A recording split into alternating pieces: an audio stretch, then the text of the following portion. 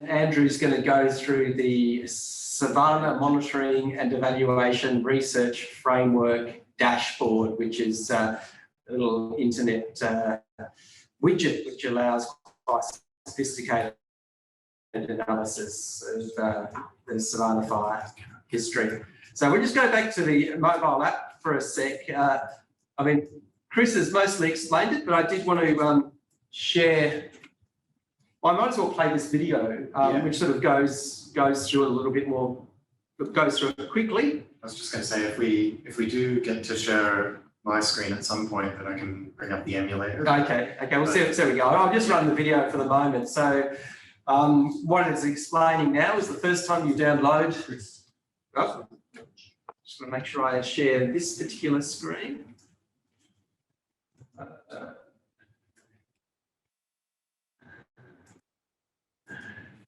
How do I make sure I'm sharing that screen? We can unshare and then reshare. So new share. There we go. Okay. Sorry, start again. Okay. So once you've downloaded the app, the first time that you use it, it will download hotspots and the fire scars of the current year, as well as historical fire scars. So this can take a minute or two to update the app. Every time you then open it subsequently, it will do another update. To access all of the information for the app, you sort of slide from the bottom up, and this is where you can turn on and off various fire scar layers. So we're turning on the current year. If you actually look at what you've got at the moment, if you've downloaded it, there won't actually be many scars to look at. It shows you when the last update was, so you can see how current the fire scars, and of course the NAFI legend, which explains the date. So we've kept the same colours from the standard NAFI format. You can also look at previous year's burnt areas, so that can help you sort of assess fuel loads in the landscape. Of course, the burn mapping is still a standard MODIS scale, the 250 metres.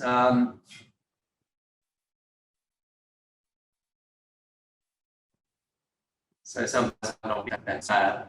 Of course, you can also change your background image. So we're looking at Google satellite imagery in the background. Of course, you need to be online to do all of this.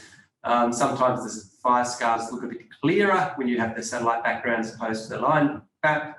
If you have your position enabled, if you when you first open the app, it asks you if you want to allow the GPS permissions, it will zoom to your current location. And then, of course, we have hotspots, which you can turn on. It shows the time of various hotspots. One of the biggest challenges we had when developing the app was how we can stream all of the hotspots through without sort of overdoing sort of the bandwidth required to see the hotspots. So the solution that we chose was what do you call that, like a heat map display. And it's only when you zoom in a few levels into the map, the actual hotspots themselves appear. As you zoom out, you'll just see the hotspots as heat maps. But that was the method that we came up with to try and make sure that we don't blow out the bandwidth when you're doing that. So we also have offline map data. So you can download either imagery or topo line maps.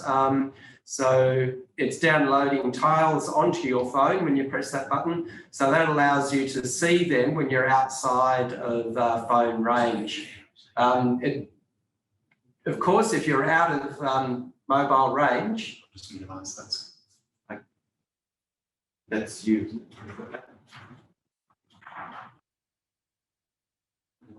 Minimize that browser. There we go. Yeah.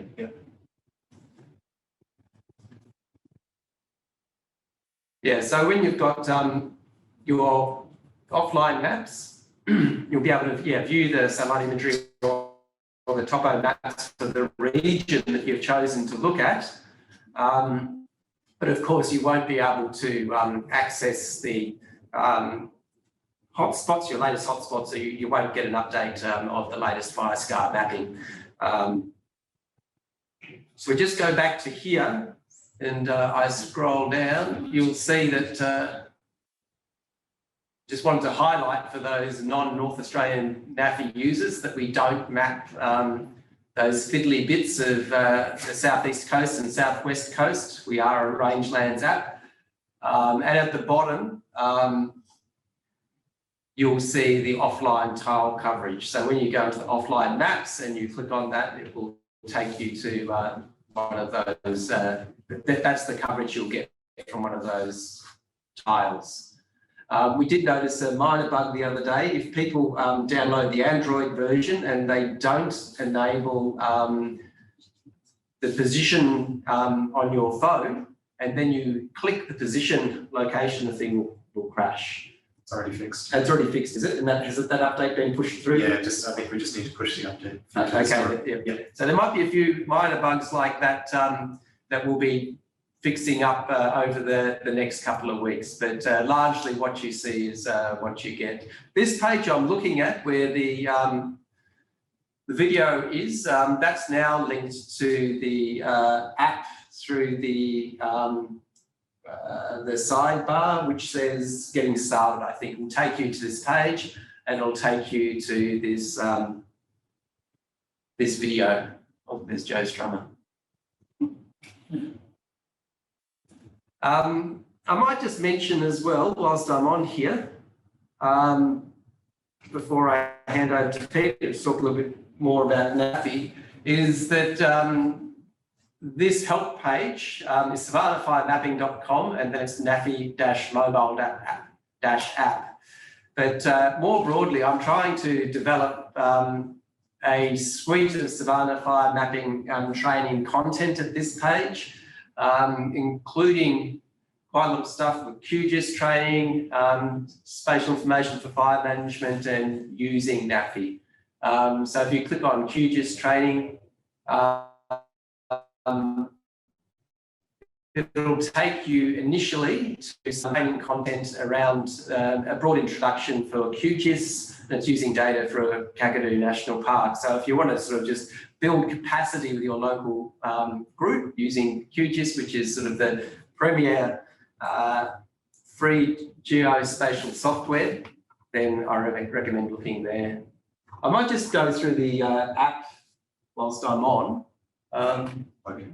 The plugin, yeah. So I'm just starting QGIS at the moment. So we know that a lot of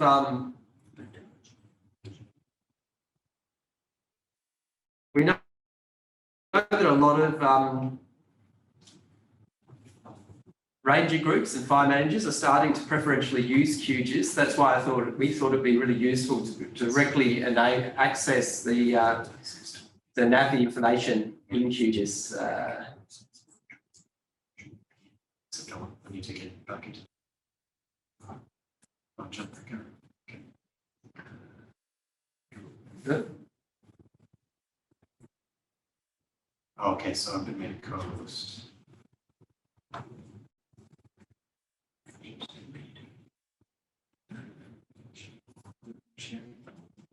Yeah, that's right. QGIS. Do you want to stop on this one? Apparently I'm sharing now. Oh, okay. Yep, already go.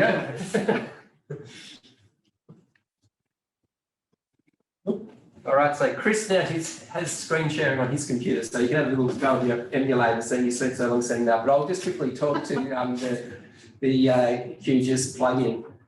For those who haven't used plugins before, you'll find on Qgis, the top level, there is a drop-down menu called plugins, and then you go to manage and install plugins. And then there's this repository of available plugins that you can access. So if you go to all plugins and then you type NAFI, it will come up here. I already have it installed, but you just install it.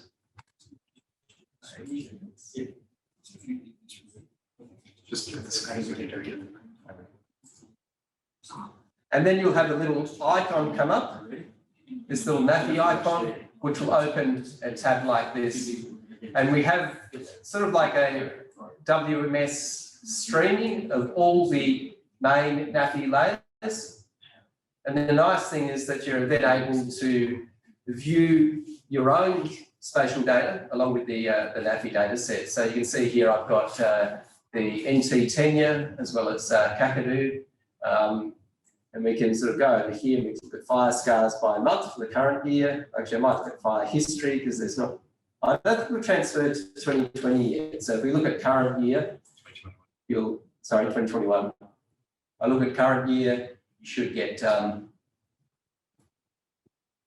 scars for the current year coming up eventually.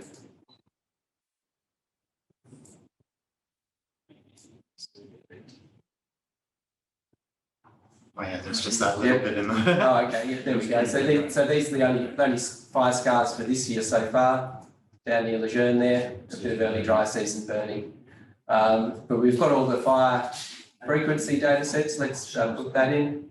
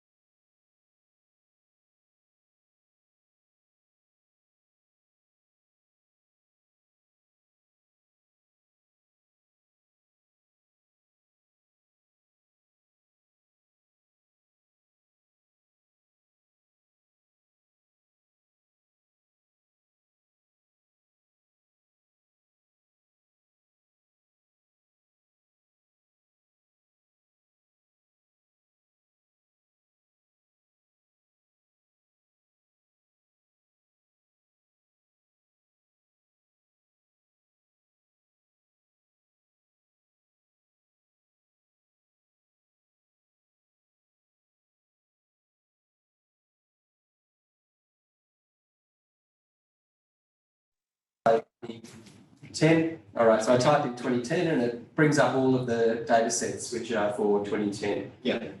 I think also this one, if I click this little button down here, it'll take you straight to the NAFI download page to access the fire scars as geotiffs and shapefiles. So that's this little button here if you want to access the files directly. But yeah, have a little bit of a play with the NAFI plugin. Super easy to do. It's just like a direct access of all of the WMS layers that we use within NAFI.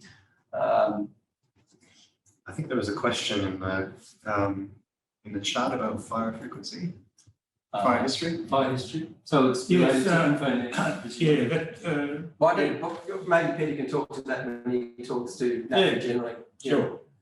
Do you want to do a little bit of your emulation just to see how it works? Go on, show it. Okay, all right. A little bit of repetition here, guys, and apologise, but now. So you need to stop sharing, I think, and start sharing to make sure you've got that screen. Yeah. Share screen. Ah, there it is. Yeah.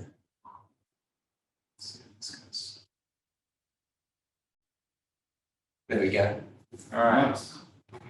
What happened to my mouse? Well, it's mine. Yeah, just as you said. Yeah, okay, so yeah, this is what I wanted to show at the beginning. I probably won't go through everything, but this is the app in action on a live emulator. Yeah, so once you've downloaded the app, it will go through, I should mention on the first install, it will go through a download procedure, and there'll be a little message up the top saying that it's updating the layers for fire scars for this year and last year and your hotspots. The fire scars in particular may take a couple of minutes, but when that's done, they'll automatically pop up and there'll be a message up the top saying updates complete. Like I said before, you can drag a menu from the bottom. We can switch to a Google satellite image view when you're online. And the topographic base map is something that the NAFI team have put together and are providing through their WTS service, sorry. And we can do things like turn the last year's fire scars on and off and so on.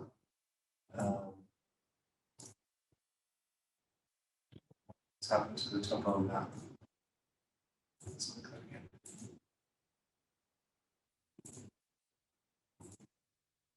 There we go. Do you want to show the sidebar there and the if that works on the emulator? This one? Yep. So if you get start, if you press the get started button, that will take you to that URL, which has the video. Which may not work on the emulator, but if you go back to it, Chris, It should work. it doesn't matter. Just go back to it. And then we've got that send feedback button at the bottom, which will allow you to send an email to sort of NAFI feedback if you notice any sort of issues or ideas of the way we might want to improve it into the future. You can send your feedback to there. What are you going to write?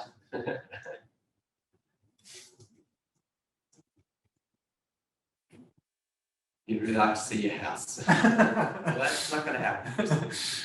So if you go back to the emulator again, please, Chris. Yep.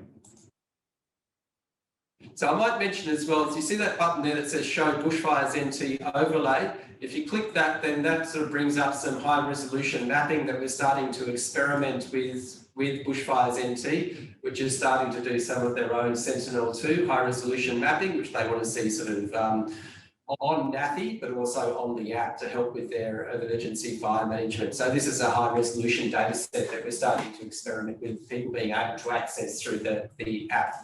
But that's the only one we have on there at the moment. But there may be scope for expanding that into the future. All right, that's good. Do you want to just talk to... I was just going to say that color ramp, the colors that are used for the bushfires NT layer are the same as the fire scar layer, so there's no NAFI fire scar layer. Yep. Yeah, so you just have that consistency between the two, and you'll notice that when you turn on the higher resolution imagery, the current year and the other NAFI fire scars will swap. They'll turn off while you turn on the higher res, so you don't end up with that overlap. The only other thing I was going to point out is just to showcase the offline maps capability, because we're really quite excited about this bit. And it should pop in here as long as the emulator works.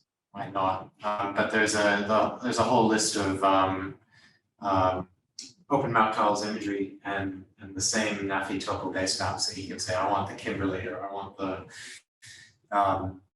far north Queensland, things like that. Yep. Well, so that's where you sort of kick off that process. Yeah. All right, did you want to talk about NAFI for a little bit? Yeah, are there any questions? Can we... Yeah, there was a question from Robin Cowley asks, when will we be able to download fire history reports for Queensland areas that are new to NAFI? Yeah, so that should be happening within a couple of weeks, maybe 3 weeks, Robin. We're just reviewing that mapping at the moment, and once it's been reviewed, and we'll then create the fire histories, which also takes a little while. But then we anticipate end of this month, early March, they'll be then available for use on Infonet. So we'll be able to do Infonet reports for those areas in southern Queensland. So yeah, I'll just now point out some of the new areas, new mapping we've got on NAFI that's high resolution. And I guess I should explain what we mean by high resolution for those of you who might not be all that familiar with what we're talking about. So what I'll do is I'll show some high resolution fire scars that we've already got in the Darwin region. So I'm just going to the Darwin region now. So this is what we were just looking at on the mobile app emulator, isn't it, Peter? Yeah, that's right. Yeah. So if I bring these up, these are being created by the fire service in the Northern Territory, and you can best appreciate them if you zoom in. And these are created with imagery from the Sentinel satellite. So we're talking about 10 to 20 meters per pixel, and you can see this detail if you zoom in a little bit. So you've also got highest res fire scales for the Pilbara, Peter. I do, yes, we have. So who's that provided by? That's provided by Parks and the WA Parks. So that's an annual fire history at the moment, but this data set from the fire agencies is provided weekly roughly during the fire season. Now, here's a close-up. You can see the detail here that we're seeing in the mapping. If you look at that area there, what I'll now do is I'll get rid of that and I'll show you just compare it back to the NAFI data for that same year, and you'll be able to see the difference. Yeah, if we just go up here.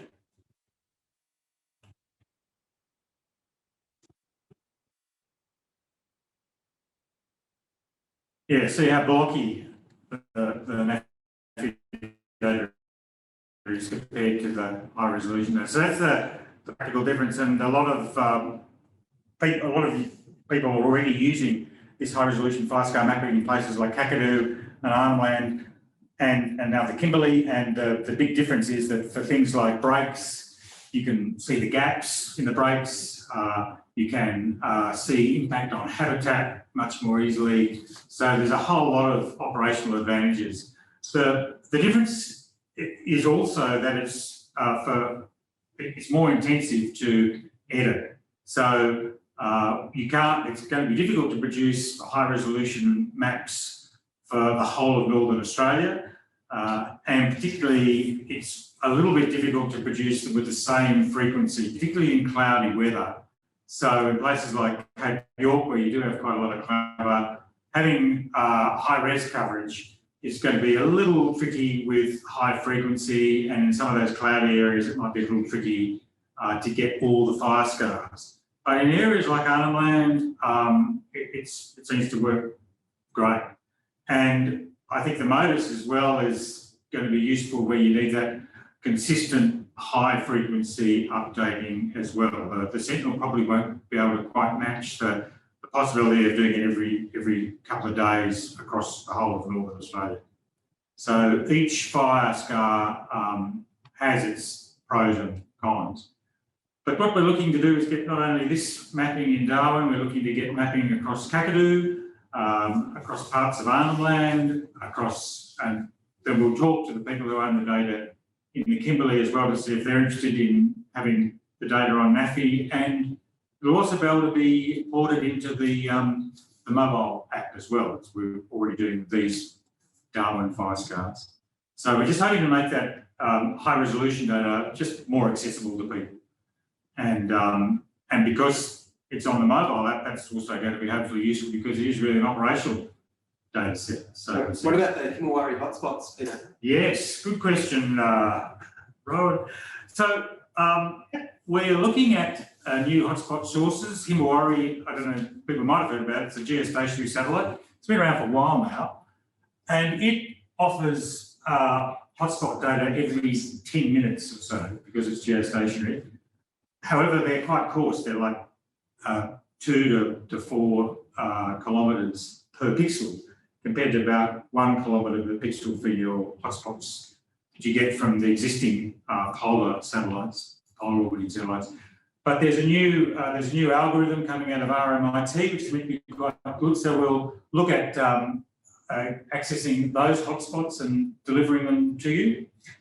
And as soon as new hotspot data sets become available, we'll also be looking at those. So that's something we'll be looking to do shortly by the time the fire season starts cranking up. The Himawari satellite is also, got potential as a base map because it's got the sort of radar cloud data that I think you put it on the front page of your website. That's right. So the cloud imagery, if people are looking at that, that's Himawari. So it means that your cloud cover is pretty well updated, regularly through the day, every 10 minutes, I guess, 10 or 15 minutes. So anything else? That's the main sort of area of high resolution 5-star mapping. But anything else in NAFI? Any other NAFI developments? Let me see. What about funding? Yes. What's the story there? Is there going to be a NAFI in Yes, well, after the new financial year? I think people want to know that. so yeah, so we're reasonably confident we'll get another year of funding.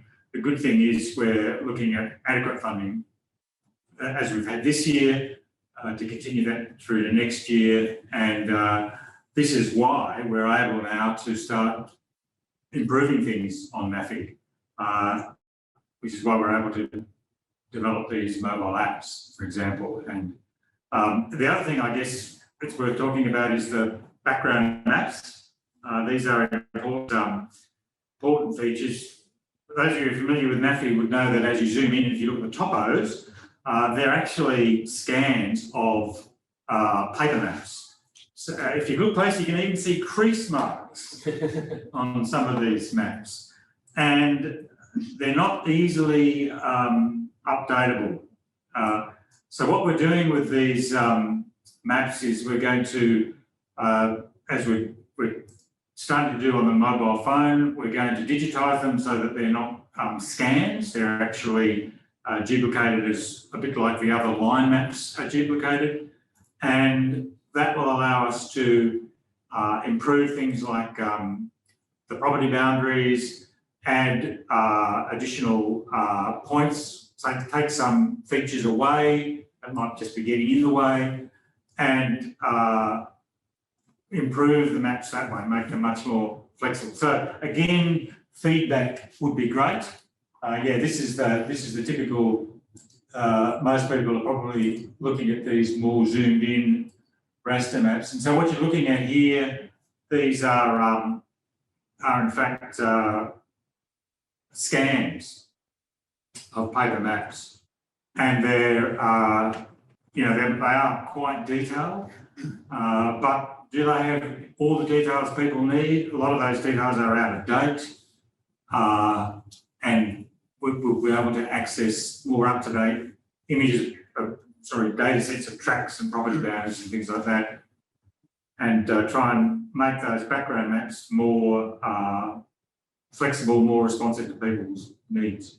One of the things I noticed, Peter, in the project to develop the mobile app is that we made a decision at one point to like use the NAFI base map as the topo layer in the app. Up until then, we were sort of putting in the Geoscience Australia service, but kind of a win, I guess, for the NAFI app is that you guys have been able to kind of tweak it as you go, and you've got that in front of you as a future thing. If we get feedback from people using the app that they'd really like to see, say, boreholes or I think contours are already in there, but things like that, mine shafts or something, who knows? Those are all things that you can just put into the service and then publish it quite quickly, and it just flows through to the app, right, which is kind of cool. That's the idea. Yeah. And for example, people might prefer a gradation to show slope rather than contour. Yep. And so there are things like that. But again, we're looking for feedback, and once COVID restrictions start loosening up, we're looking to sort of get out and travel a bit more and get feedback that way as well.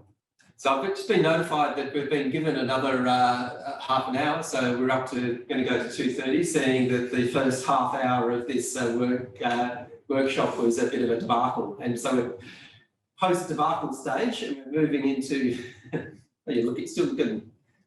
You ready to do some surf stuff? Oh, Andrew? I can try. Let me see. So Andrew's going to talk about the Savanna Monitoring and Evaluation Research Framework, this wonderful web dashboard with a huge amount of Savannah fire metrics. But as I said, we've got a bit more time, so it'd be good to have some questions. And if people are downloading the app, which I recommend they do, if they've got any questions about how it's working, that'd be good to see as well. Maybe we can. You got the Smurf dashboard there? I've got it. I'll go there. Yeah. Okay. So when you first come to the dashboard, I'll just refresh. I was playing with it before to make sure it worked. You type in www.smurf.net.au. So net's the way to go these days with all these really fantastic products like NAFI. So the first thing it does is it highlights the savannas. So you get a statistics for the whole tropical savannas region. And obviously we've got down here in the lower left, we've got filter options to select other properties. You can see in the top left here a whole lot of metrics. There's a little list of more metrics that have sort of come along, and we'll be adding more as the data are created. In the top right here, you have other filter options for looking, for selecting data. So you can select, in this case, we're looking at yearly fire seasonality, so you can select the year that you wish to look at. And this graph reflects those data, and you can actually look at the numbers of square kilometres that each of those bars represents. So you can see it's quite useful. It's like 5% of early dry season. What is that in area? That's over 1 million square kilometres. So down here, then you've got the history. So the past years, just to give you some context for this graph up above. You can see here, you can see it as early dry season and late dry season. Again, if I hover the mouse over the bar, you can get those percentage numbers in detail. You can, to give relative, sort of more useful relative context, we can just look at, if I click on late dry season and turn it off, we just get the early dry season data. If I click on early dry season, we turn that off, and we're just looking at the late dry season data. So it's the least, so 2020 was the least amount of late dry season fire. Can you just turn that off again? This is quite interesting. Yeah. Least amount of late dry season fire, at least until 2011. Maybe back before that. So yeah, yep. Showing again what a good year 2020 was. That's a good one to show in the conversation we're having this morning. Yeah. So you can see here we've got lots of different types of data. If we select a particular property, I'll go to one of my favourite places only because it's the has the best fire management in the north. Something a bit contentious there, but it's the truth in terms of data. Any analysis you might want to do. So here's 2020, yearly fire seasonality here in Nipmuc National Park. Big turnaround in the last 10 years. You can see the amount of late dry season fire over the last 10 years has been pretty small. And in 2020 was, oh God, can we even measure that? What is it? I can't see. I can't even hover the mouse over it. It's too small. There it is, 0.5%. So we can look at the other metrics, fire frequency. Again, the graph reflects how much area is burnt, how many times. So there's 93 square kilometres burnt twice in the last 10 years. And again, you can go back through time and look at different periods. Say the first 10 years from 2000 to 2009, you can see things are quite vastly different. If we go back to this period, 2011 to 20, those numbers have changed markedly. Late dry season fire frequency, and that was total fire frequency. Now if we look at late dry season fire frequency for this period, lots of one and two. That's a clear trend, isn't it? Yeah, very clear trend. If we go back to the first 10 years of data, you can see it's much more mixed. There was a lot more burning up in the sandstone country there in the centre of the park. And again, you can see that's reflected here in this graph, showing the average late dry season fire frequency in the bottom right and what the average fire frequency was.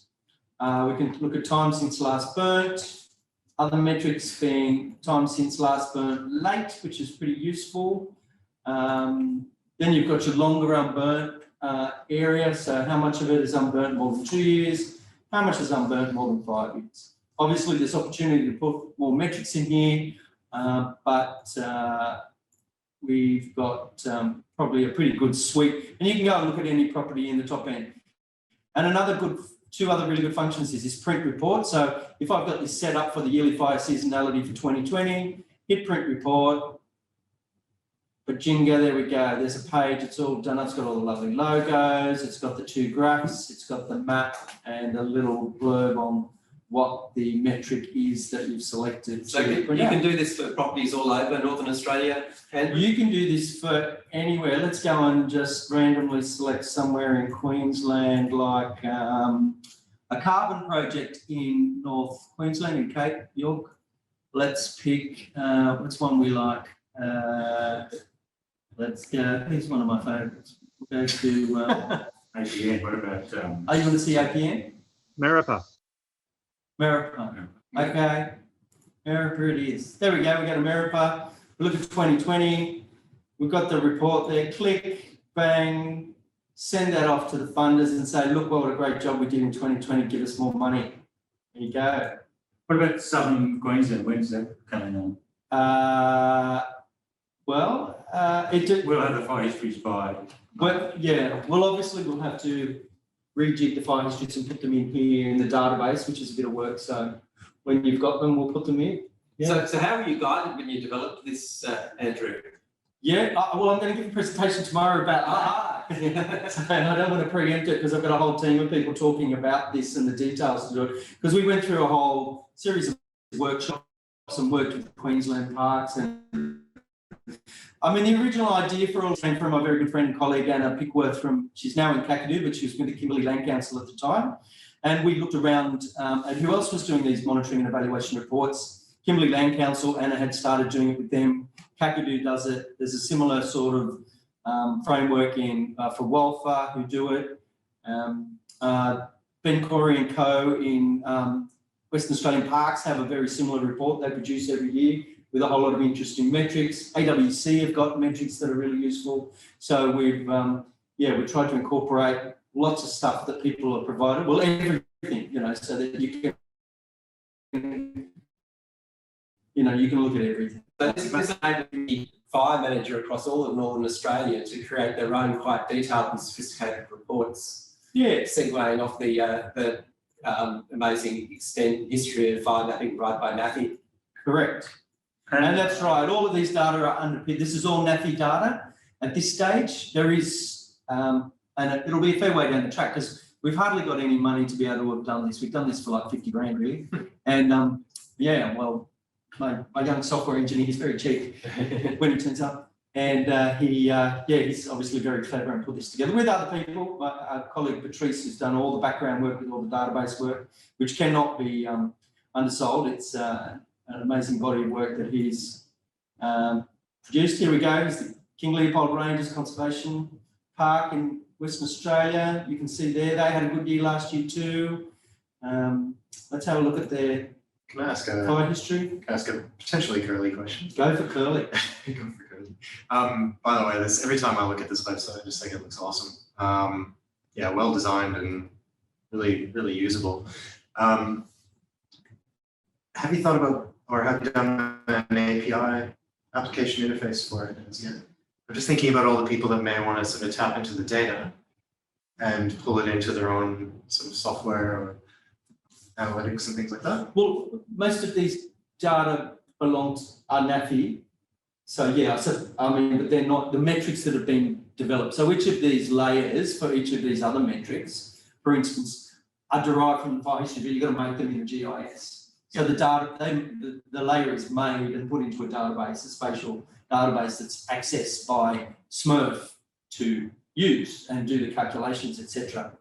Most of these calculations are done beforehand. So all of these numbers, because otherwise, if it had to calculate these things on the fly, take a while. It would be really, really slow. Yeah. I'm preempting Ashish's talk tomorrow about all this stuff and Patrice, but I would just mention how it compares with Infonet and how we're going. So Infonet is still going to exist. That's the reporting tool still available on NAFI. No, that's not NAFI. NAFI, so when you select reports on oh crikey. Yeah. I should have had this ready, shouldn't I? Sorry. Why not? There we go. Put them high there. Finals. Yeah. So we go to, what is it, tools? Report. Oh, report, there it is, report. So when you go to hit reporting site, at the moment, you go directly to Infonet, which has been around for 15 years or so, Peter, wouldn't it be? Yeah, like 2000. So. Right, and again, we've drawn from this that you can, select a property, park, let's go to King Leopold again, just because we were just there. Where's that? It's not there. Oh, it's not there. We'll go to Point. So you know, you can pick on your various reports, and they're very useful because they give you all of the data dated back through time in a single report. The difference with the Smurf dashboard is, of course, that you know, you can see it and you can play around and you can move around and go and select another park very easily. Look at different metrics. And look at different metrics. And we've done some workshopping with various parks folks to look at the metrics in terms of what they mean for conservation, land management. And so Smurf is sort of like a development of Infonet because it used a lot of the same basic analysis. yes, it's all basic analysis in Infonet are here, but in a different form, Yeah. in a more visual form. I might mention as well, whilst you're sort of in the desert country there, we showed before the current extent of the NAFI mapping going to 80% of Australia, and we have been mapping the Western Australian rangelands, certainly the Central Australia and the Northern Territory, and now most of South Australia as well. But we've been, over the last few months, we've been putting increasing effort into trying to increase the accuracy and reduce the errors of omission for those fire scar mapping. So there should be an update of all the rangelands mapping in Western Australia in the next couple of weeks, which will substantially improve that data set, because we've been working with 10 deserts over the last couple of years that provide a lot of support. So we're much more focused on making sure that rangeland mapping is of as good a quality as the northern fire scars. So just wanted to mention we have put considerable effort into that. It may not be reflected into the data sets right now, but the next couple of weeks, I think that we should have an update on those rangelands, particularly Western Australian rangelands fire mapping. Yeah. And just as far as accessing these sites go on, we'll be modifying the NAFI site soon so that when you hit reports, you'll have a choice of either using Infonet or Smurf. The other thing Infonet does is it still does allow you to select your own area with the mouse, which some people cursor, which some people do. But I mean, ultimately, it'd be good to see them combined, I guess. But... Oh, I didn't see. Is there any questions? How do I get to the chat? Chat. Participants. No. I think that's chat down the bottom. Can you chat? Anyway, just one other thing to show you about Smurf is this very new layers information. So you can turn the layer off if you're just looking at the map and want to know a bit more. Go back to your map and you've just got a plain map there then. Turn that back on. You can turn the property boundaries off and the fires off, so you can just looking at, this is the open source maps. So you can see we can change it to a Google terrain map, which has got terrain and a bit of topo stuff in it.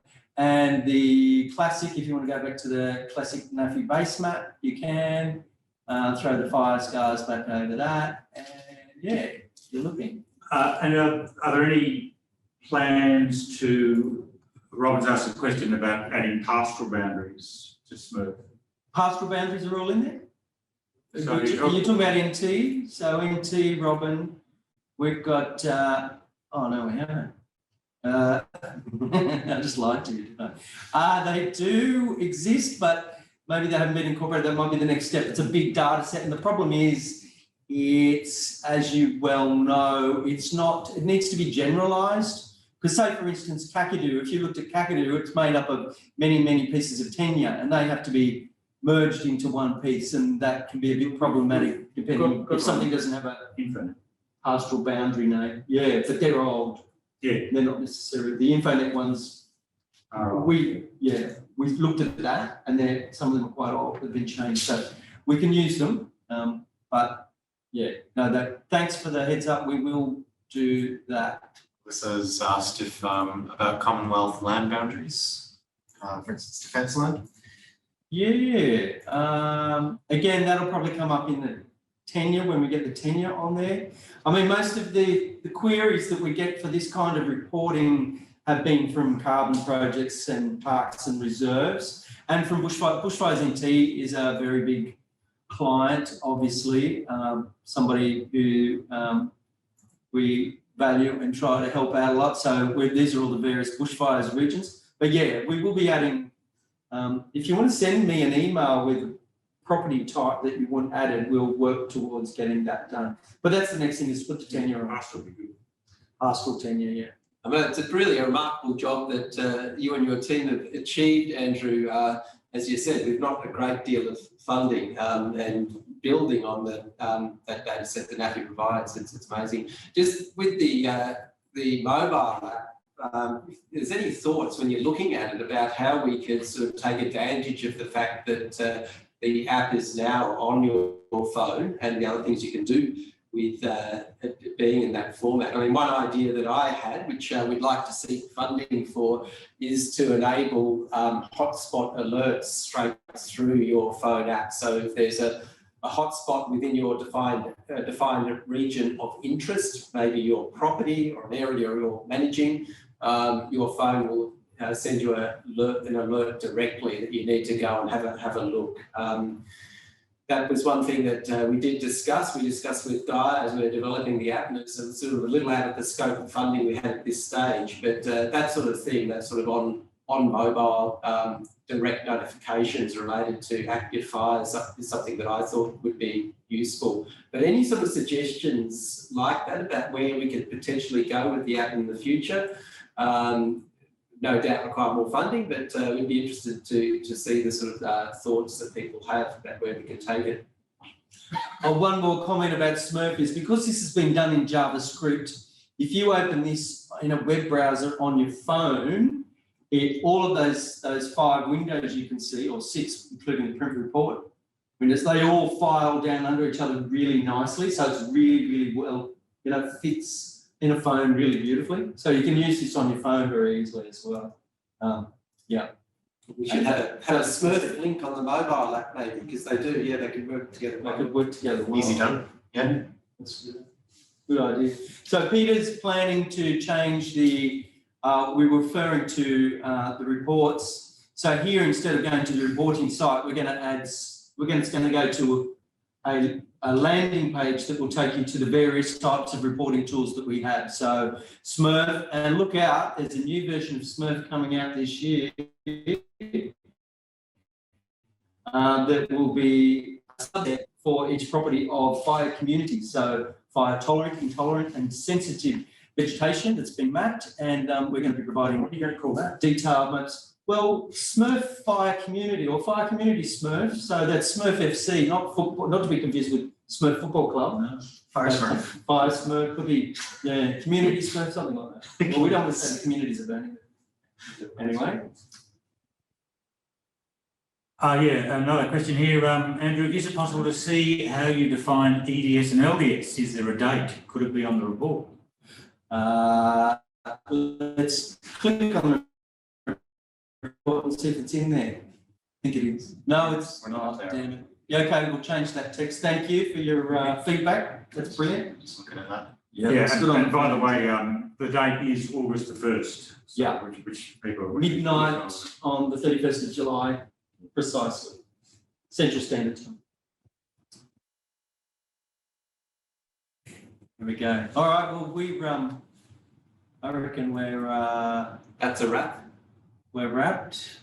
We'll just turn on the video so you can say goodbye to us all. Hello, we're here and we're saying goodbye. I think the plan is this is the last time ever we'll have to do a Zoom type workshop like this, because next year will be COVID free and debacle free. Unless you haven't had your vaccination. That's right. You're not coming along. You're not coming. But yeah, I think Anna Bousted and Ison and all the other coordinators of this have been very brave to sort of set it up in the first place, and I think they'll be very happy never to do this again as well. Okay, and it's just announced we're going back into the main room in 5, so that's good timing. We can go off and have a drink of water. Yeah. Yes. Thank you very much for your time. I hope you enjoyed the content. Yeah, thanks everyone. Thanks. Bye. Let's leave the room.